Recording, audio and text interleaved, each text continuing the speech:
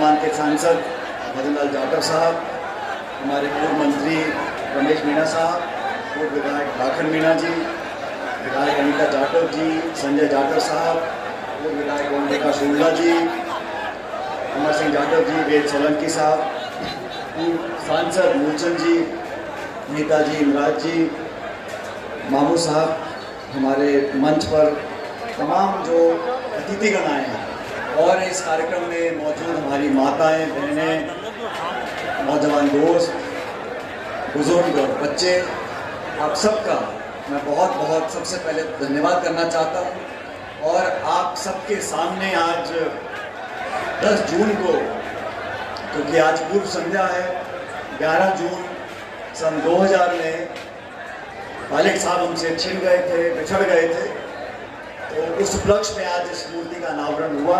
आप सबके साथ करने का मौका मिला।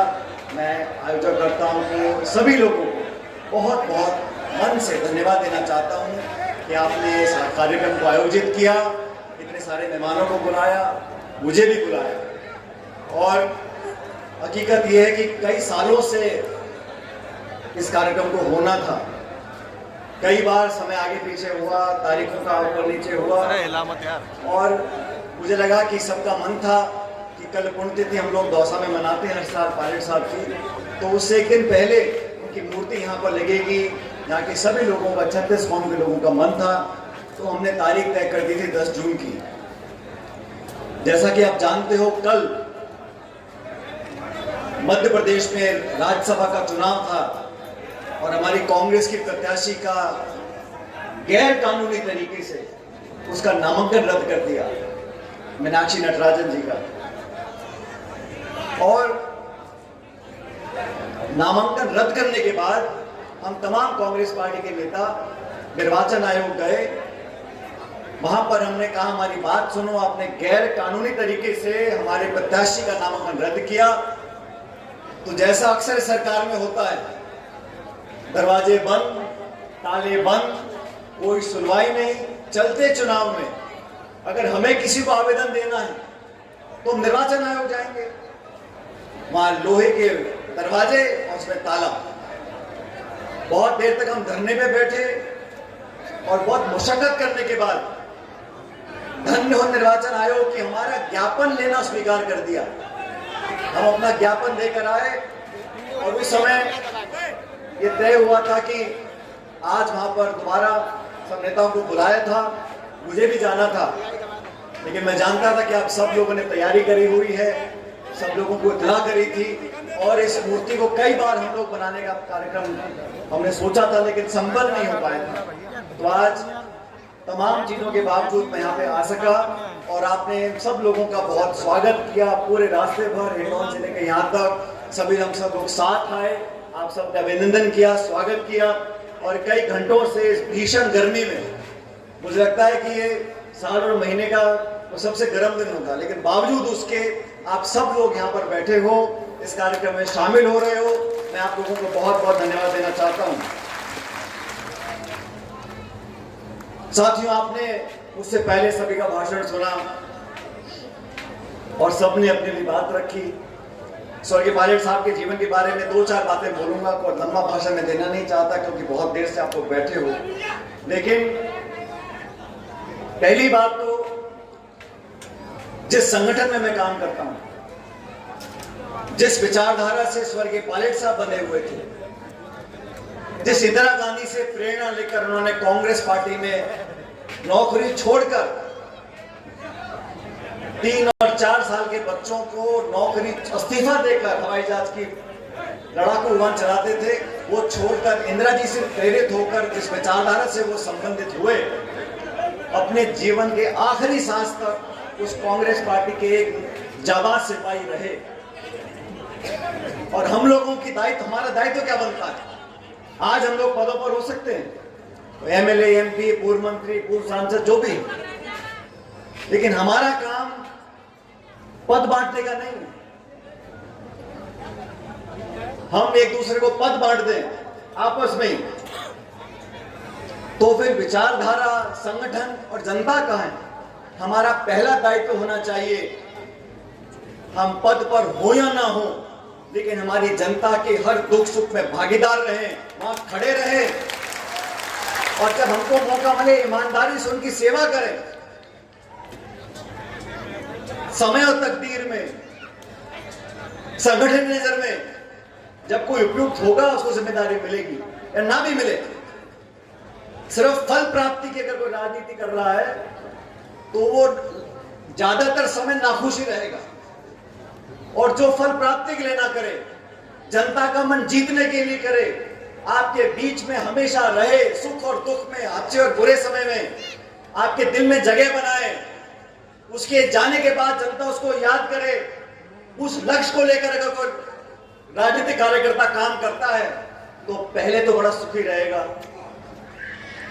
और ये लोभ और लालच और ईर्ष्या और यहां जाना, राजनीति में समय बदला जरूर है, लेकिन आज भी वो सिद्धांत मौजूद हैं। आज भी जनता उन लोगों को पसंद करती है जो सच्चाई का साथ देते हैं, जो मेहनत से काम करते हैं। और हम नेता ही, अनीता जी, भविष्यवाणियां करने लग जाएंगे तो जनता को कौन पूछेगा? ये एडवांस बुकिंग वाला मामला जो है, ये इसका कोई सर पैर नहीं। हम चाहें कि हमारी विचारधारा और व्यापक बने, हमारी पार्टी मजबूत बने, हम देश की सेवा कर पाए। जिन लोगों ने आज देश में शासन बना रखा है, क्या हाल देश प्रदेश का हो गया। अधिकांश लोग, आप लोग ग्रामीण क्षेत्र में किसान परिवारों से आते हो, क्या हाल नरेगा का कर दिया। अब गांव में नरेगा के काम चल रहे हैं क्या? अब जो सरकार बीजेपी की है, उनकी हिम्मत नहीं है कि घोषणा कर दे कि हमने नरेगा बंद कर दिया, लोग लत्ते फाड़ेंगे। तो चालाकी से धीरे धीरे करते करते ये माहौल बन गया कि कोई चाहकर भी काम नहीं ले सकता। अब 1 जुलाई से नई योजना चालू करी है नरेगा का नाम बदलकर, लेकिन मैं जानता हूं राजस्थान में नरेगा के काम लगभग समाप्त हो चुके हैं। ग्रामीण क्षेत्र में काम बंद कर दो, फसल के लिए खाद, बीज, डीएपी, पानी, बिजली, सब महंगाई आसमान छू रही है। जब फसल की खरीद के दाम की बात आती है तो किसान की सुनने वाला कोई नहीं। फसल खराब हो जाए तो बीमा कंपनियों के चक्कर काटते रहो, मुआवजा मिलता नहीं, और किसान के बच्चे अगर पढ़े लिखे नहीं आएंगे आगे तो देश, करौली राजस्थान आगे नहीं बढ़ सकता। स्वर्गीय पायलट साहब ने फौज की नौकरी छोड़ने के बाद, क्योंकि उस ग्रामीण परिवेश से आते थे, उस दुख और पीड़ा को समझते थे। मैं बड़ा सौभाग्यशाली हूं, मैंने वो दुख नहीं देखे। अच्छे स्कूल में गया, अच्छी कॉलेज में पढ़ाई करी, अफसर मुझे मिले, लेकिन मैं धन्यवाद देना चाहता हूं पायलट साहब का कि तमाम सुविधाएं होने के बावजूद भी उन्होंने घर का माहौल हम लोगों को यह एहसास जरूर कराया कि किसान में रहने वाला, गांव में रहने वाला जो किसान है, जो 2.5 बीघे में खेती करता है, उसको अपनी बच्ची की हाथ पीले करने के लिए कितने धक्के खाने पड़ते हैं, कितना उधार लेना पड़ता है। आज समय बदल गया, आज हाथ में मोबाइल फोन है, लगभग हर चौथे गांव घर में ट्रैक्टर है, लेकिन जो उन्नति शहरों में हो रही है वो गांव में नहीं हो रही। जो अमीर गरीब की खाई है वो बहुत बढ़ गई है। गांव शहर में जो दूरियां हैं वो बढ़ रही है। और देश में जिन लोगों का शासन आज है 11-12 सालों से, क्या भाषण दिए थे आप लोग, हाँ या ना बताना। ये कहा था कि किसान की आमदनी दुगनी होगी, कहा था कि नहीं कहा था? हो गई आमदनी दुगनी किसानों की। कितने लाख करोड़ रोजगार देंगे। जो नौकरियां चल भी रही हैं, जो बड़े बड़े सरकारी कंपनियां थी उनकी नौकरी बंद कर दी। निजी क्षेत्र में इस देश के हवाई अड्डे, बंदरगाह, बिजली घर, खान, गोदाम सब चंद लोगों के हाथ में दे दिया। संविधान से छेड़छाड़ कर कर जो आरक्षण हमको अंबेडकर साहब ने दिया था संविधान के अंदर, उस पर भी नजर टिकाए बैठे थे। वो तो भला हो देश की जनता का, कि 400 पार नहीं किया, 240 पे लटका दिया। ये तो भगवान जाने क्या कहते संविधान का। संविधान की धज्जियां उड़ाई जा रही है। हमारी कांग्रेस की प्रत्याशी पेपर दे रही है नामांकन का, 6:30 बजे कहते हैं आपका नामांकन कैंसिल। क्यों कैंसिल? कि आपको फला साल में एक नोटिस आया था, उस पर कोई एफआईआर नहीं, कोई चार्जशीट नहीं, कोई केस नहीं, कोई मुकदमा नहीं, कोई सजा नहीं, लेकिन नामांकन रद्द कर दिया क्योंकि वो कांग्रेस की प्रत्याशी थी। ये कांग्रेस के राहुल गांधी जी और खड़गे साहब अगर लड़ रहे हैं, संघर्ष कर रहे हैं, ईडी सीबीआई का मुकाबला कर रहे हैं, छापे पड़ रहे हैं, कांग्रेस के खातों को सीज कर रहे हैं, लोगों को जेलों में डाल रहे हैं, ये सिर्फ कांग्रेस पर प्रहार नहीं है, ये सिर्फ विपक्ष पर प्रहार नहीं है। आप लोग कृपया करके जो अखबार टीवी में देखते हो, जो व्हाट्सएप चलता है, उसके आगे सोचने की कोशिश करो। ये सिर्फ कांग्रेस या विपक्ष प्रहार नहीं है। इस 75 साल में इस देश में जो लोकतंत्र की जड़ें मजबूत हुई थी, उन जड़ों पर ये मट्ठा डाल रहे हैं, उन जड़ों को कमजोर करना चाहते हैं। इस बात को समझना पड़ेगा। हमारा विरोध व्यक्तिगत किसी से नहीं है, लेकिन जो काम होता है, जो शासन चलाता है, जिसे जिम्मेदारी होती है, जिस शपथ जिसने ली है, उसको तो सच्चाई के रास्ते पर चलना पड़ेगा। आप भ्रष्टाचार करोगे, आरोपियों को बचाओगे, 22 लाख बच्चों के जीवन से खिलवाड़ हुआ, नीट का पेपर लीक हुआ, शिक्षा मंत्री को इस्तीफा देना चाहिए था।